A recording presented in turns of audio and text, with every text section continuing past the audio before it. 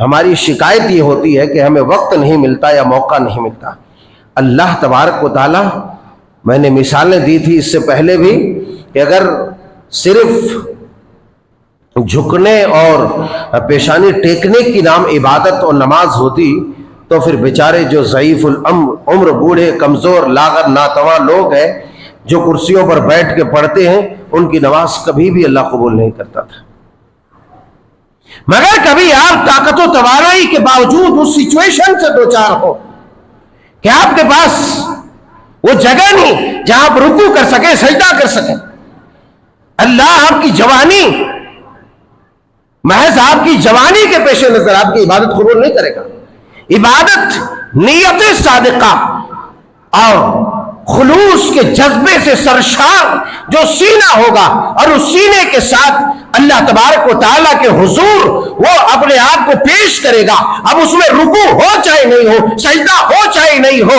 سجدہ ہو چاہے نہیں، قیام ہو چاہے نہیں ہو، اللہ تبارک و تعالیٰ اس کی نماز قبول کرے گا۔ یہاں تک کہ میں کہا کرتا ہوں کہ آیت کریمہ کے پیش نظر فَأَيْنَمَا تُوَلُّوا فَثَمَّ وَجْهُ اللَّهِ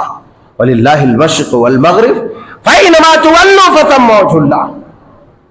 کہ مشرق و مغرب سب اللہ کے ہیں، تم جدھر بھی چاہے منہ جدھر کر کے نماز پڑھو گے، اللہ جدھر حکم دے وہ سب کے سب اللہ ہی کے ہیں۔ لہٰذا معلوم یہ ہوتا ہے کہ ہماری نمازیں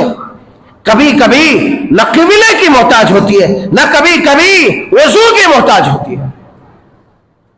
مگر بے وضو نماز نہیں پڑھنا ہے۔ آپ کو کہیں کچھ نہیں مل رہا ہے، کچھ بھی نہیں مل رہا، ایسے دیوار ہے چونے کی، بسم اللہ کہہ کے ہاتھ ماریے، پھونکیے، چہرے پر ہاتھ ملیے،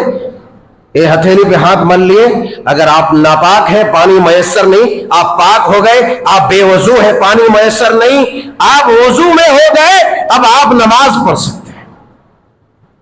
آپ کو رکوع کرنے کی جگہ نہیں، سجدہ کرنے کی جگہ نہیں، آپ اشارے سے پڑھ لیجئے،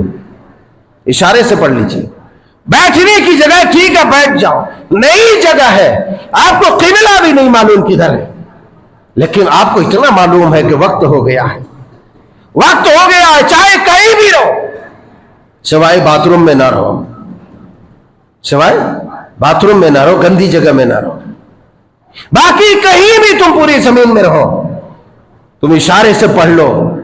چاہے جیسا چاہو پڑھ لو۔ سجدہ کرنے کی جگہ نہیں، پورا کچا ہے، پورا گیلا ہے، آپ کھڑے ہیں، اشارے سے پڑھ لیجیے اللہ اکبر اللہ اکبر اللہ اکبر سمیع اللہ علیہ وسلم، آپ کی نماز ہو جائے گی۔ آپ اس کے لیے اللہ تبارک و تعالیٰ دل دیکھتا ہے، نیت دیکھتا ہے، جذبہ اطاعت دیکھتا ہے۔ اگر اطاعت کا جذبہ آدمی کے اندر ہے، اللہ تبارک و تعالیٰ اسے قبول فرمائے۔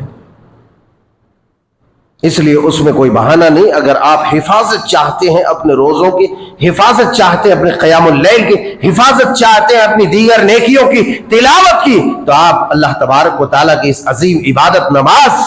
سے آپ منہ نہ موڑیں۔